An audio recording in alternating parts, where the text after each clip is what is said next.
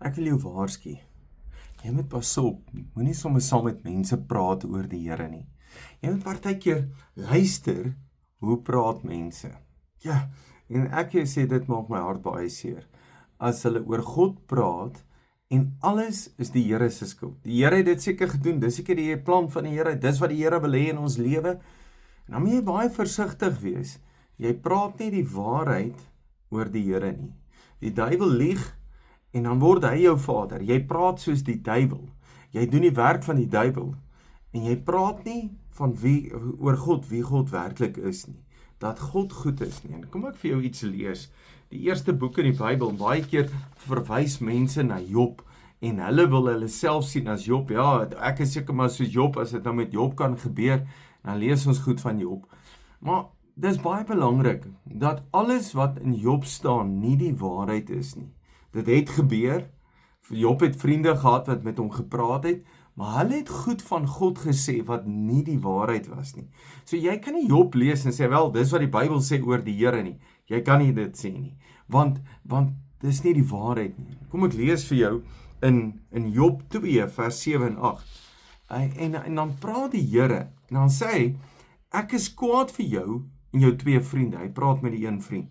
Want julle het nie soos Job die waarheid oor my gepraat nie. Job behoort aan my.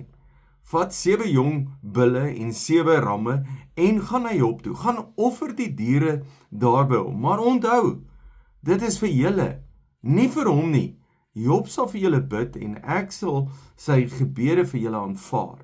Ek sal julle nie straf soos ek eintlik moet oor die dom goed wat julle gesê het en gedink het nie. Job het die waarheid oor my gepraat, julle nie. Nou vra ek, praat jy die waarheid oor God? Of jy soos Job se vriende wat dom goed sê en dom goed dink? Want onthou nou weer eens, jy moet pas op wat in jou hart is, want dit wat in jou hart is, dit leef jy, dit doen jy. Jy dink dit, dit skep emosie, jy praat dit en dan doen jy dit. En hier's vriende wat goed oor God gesê het wat nie die waarheid is nie. Dan besef ek, hulle het God nie geken nie, staan nie in verhouding met God nie. Job het die waarheid oor die Here gepraat. Nou kan God eendag ook sê, jy moet vir vriende bid, want hulle het dom goed oor my gesê. Of moet God intree en sê, hoekom sê jy sulke dom goed oor my? Hoekom praat jy so lelik oor my?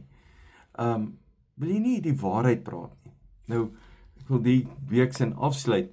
Niemand hou daarvan as daar oor jou gelieg word nie.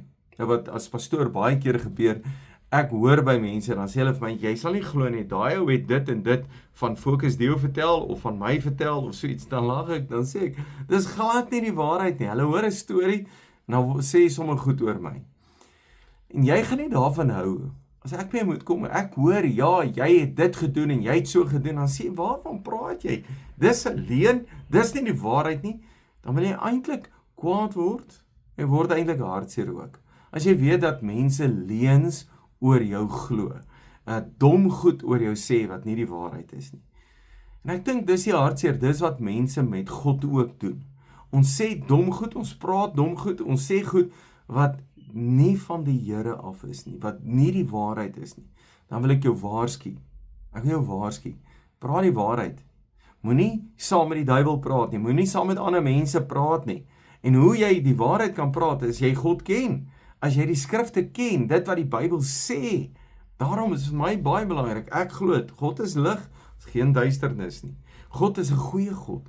Maak nie saak wat met my gebeur nie. God bly goed. God se goedheid is oor na my. So ek kan gaan soek, ek gaan vra, ek kan klop, ek kan bid, ek kan na God toe gaan, want hy is 'n goeie God. Hy help ons. Sy goedheid is oor ons. Dankie dat jy luister hierdie week. Dankie vir mense aanstuur. Dankie dat jy iets leer. Al ry jy in die kar en waar jy ook al is, en jy luister hierna, jy is 'n great blessing. Dankie vir jou. Blessings.